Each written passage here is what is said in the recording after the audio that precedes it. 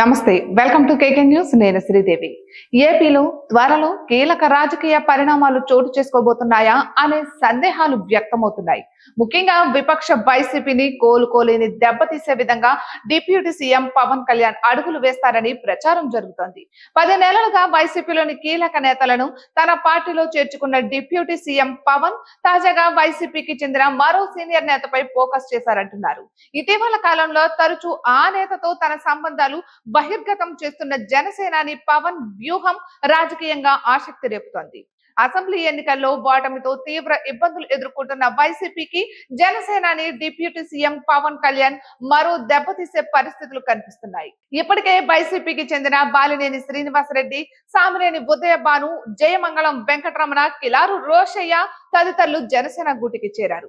ఇక వచ్చే స్థానిక సంస్థల ఎన్నికల నాటికి రాష్ట్రంలో సంపూర్ణంగా విస్తరించాలని వ్యూహం రచిస్తున్న డిప్యూటీ సీఎం పవన్ వైసీపీలోని పలువురు ప్రధాన నేతలపై గురిపెట్టినట్లు ప్రచారం జరుగుతోంది.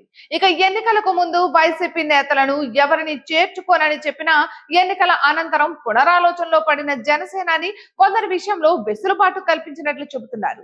ఈ క్రమంలోనే బాలినేని వంటి వారిని చేర్చుకున్నట్లు చెబుతున్నారు. ఇక ఇప్పుడు వైసీపీలో ప్రధాన నేత బొత్సపై జనసేన పవన్ ఫోకస్ చేసినట్లుగా చెబుతున్నారు. ఇక ఉత్తరాంధ్రలోని కీలక బీసీ నేత బొత్స, ఆయన కుటుంబంలోనే 3 ఎమ్మెల్యేలు, జడ్పీ చైర్మన్, ఎంపీ ఇలా ఒకేసారి 4-5 పదవులు ఉంటాయి. విజయనగరం జిల్లాలో 7 అసెంబ్లీ నియోజకవర్గాల్లోనూ బొత్స కుటుంబ ప్రభావం ఎక్కువగా ఉంటుందని చెబుతున్నారు. అంతేకాకుండా ఉత్తరాంధ్రలోని కీలకమైన తూర్పు కాపు సామాజిక వర్గానికి చెందిన బొత్సకు 3 ఉమ్మడి జిల్లాల్లోనూ రాజకీయంగా మంచి పలుకుబడి ఉంది. అధికార పార్టీ నేతలతోనూ ఆయన సత్సంబంధాలు నెరుపుతారని అంటున్నారు. అయితే ఆయన మంత్రిగా ఉన్నప్పుడు కూడా కక్ష సాధింపు రాజకీయాలకు దూరంగానే ఉన్నారనే ఇమేజ్ ఉంది.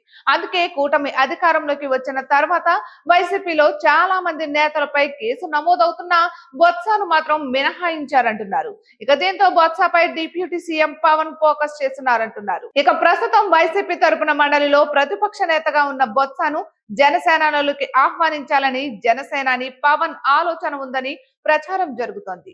ఇక ఈ ప్రతిపాదనపై పార్టీలో విస్తృతంగా చర్చ జరిగిందని ప్రచారం జరుగుతోంది. ఉత్తరాంధ్రలో కీలక నేతగా గుర్తింపు ఉన్న బొత్స జనసేనలోకి వస్తే బాగుంటుందని ఆ పార్టీ శ్రేణులు అభిప్రాయపడినట్లుగా చెబుతున్నారు. ఇక బొత్స జనసేనలోకి వస్తే ప్రస్తుతం ఉన్న పొజిషన్ కన్నా మంచి స్థానం కల్పిస్తారని జనసేన నుంచి వర్తమానం కూడా వెళ్ళిందంటున్నారు. అయితే తొలి నుంచి టీడీపీ, బీజేపీ వ్యతిరేక భావజాలం ఉన్న బొత్స జనసేన ప్రతిపాదనపై తర్జన భర్జన పడుతున్నట్లుగా ప్రచారం జరుగుతోంది. ఇక అనుచరులు ఒత్తిడి చేస్తున్నా చూద్దామన్నట్లే బొత్స వైఖరి ఉందంటున్నారు. అసెంబ్లీ ఎన్నికల్లో ఓడినా తనకు ఎమ్మెల్సీగా అవకాశం ఇచ్చి ప్రతిపక్ష నేతగా కేబినెట్ హోదా కట్టబెట్టిన వైసీపీని వీడడంపై బొత్స తేల్చుకోలేకపోతున్నారంటున్నారు. ఇటువంటి మరెన్నో వీడియోస్ కోసం కేకే న్యూస్ తెలుగు ఛానల్ ని సబ్స్క్రైబ్ చేసుకోండి.